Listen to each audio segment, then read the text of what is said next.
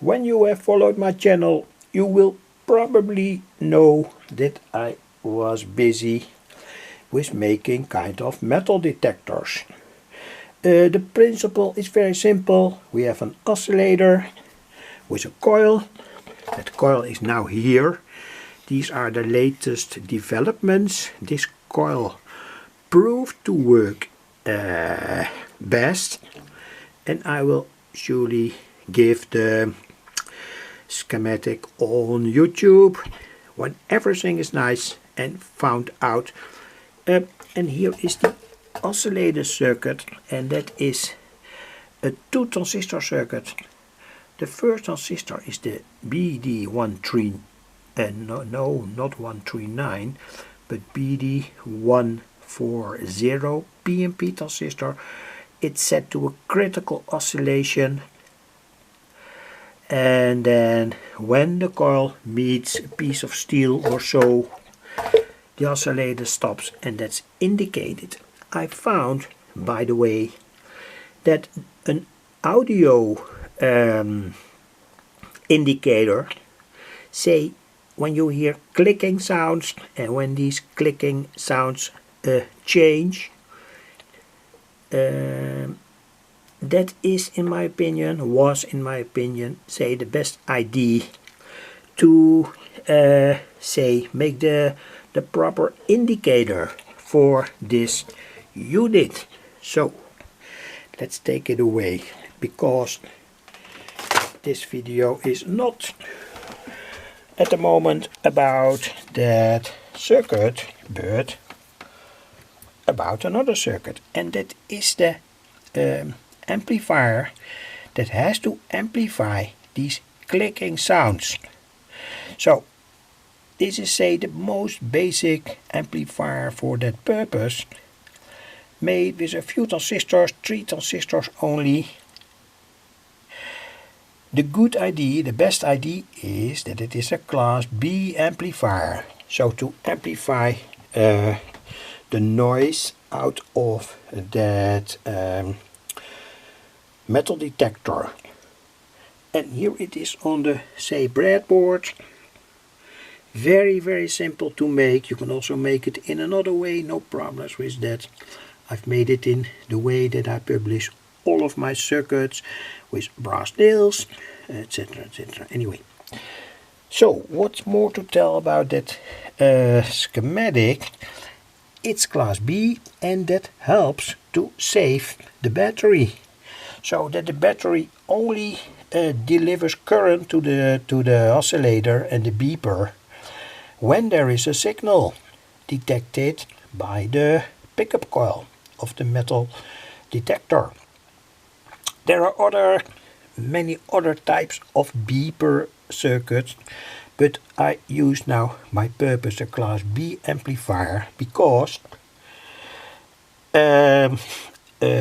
it will, say, save the battery, so that this battery can endure for a long time.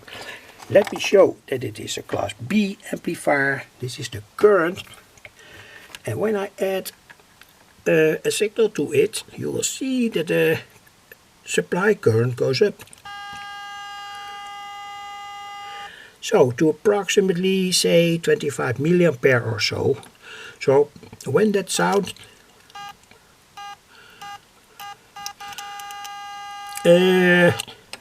enters this amplifier, the battery depletes, but when there's no sound, the battery is in the say position where tiny current is taken. It's in the order of 2 milliampere or so. Anyway, what's more to tell? Not so much more to tell. It is not able to amplify pure audio. I did a few experiments, and there are on my YouTube channel many properly working audio amplifiers in the range from, say, 1 watt up to approximately 15 watts. They all work nice. Go to my channel trailer, Radio Fun 232 on YouTube.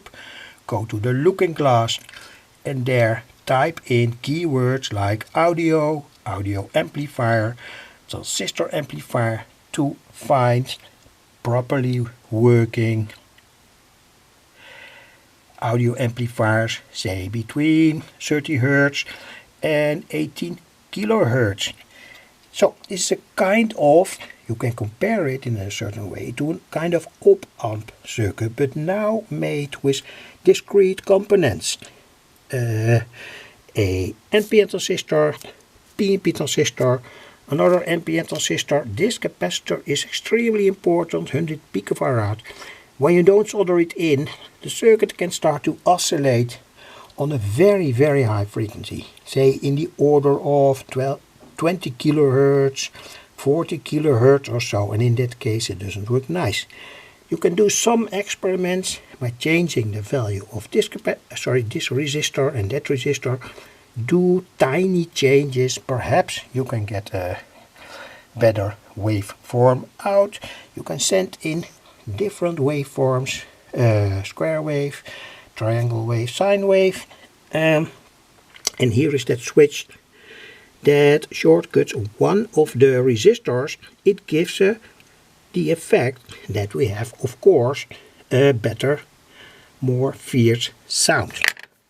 So, demo, and after that it's all. This is the sound here. This is the waveform. Of course, not a proper sine wave, but let me try to get to other frequencies. Well, here of course it doesn't work.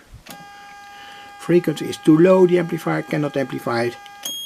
Here it is. Here it works, of course.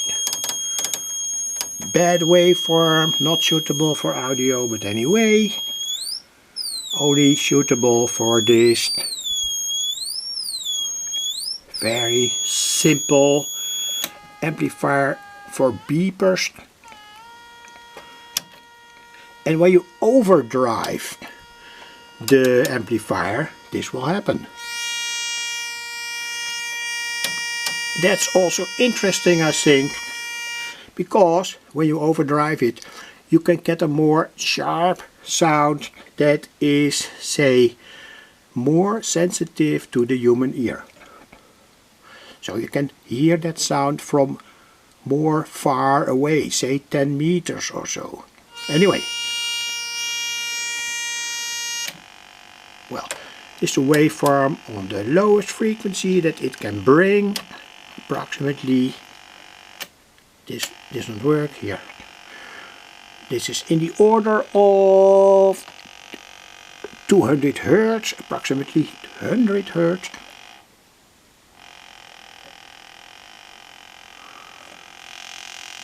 So, well, what's more to tell?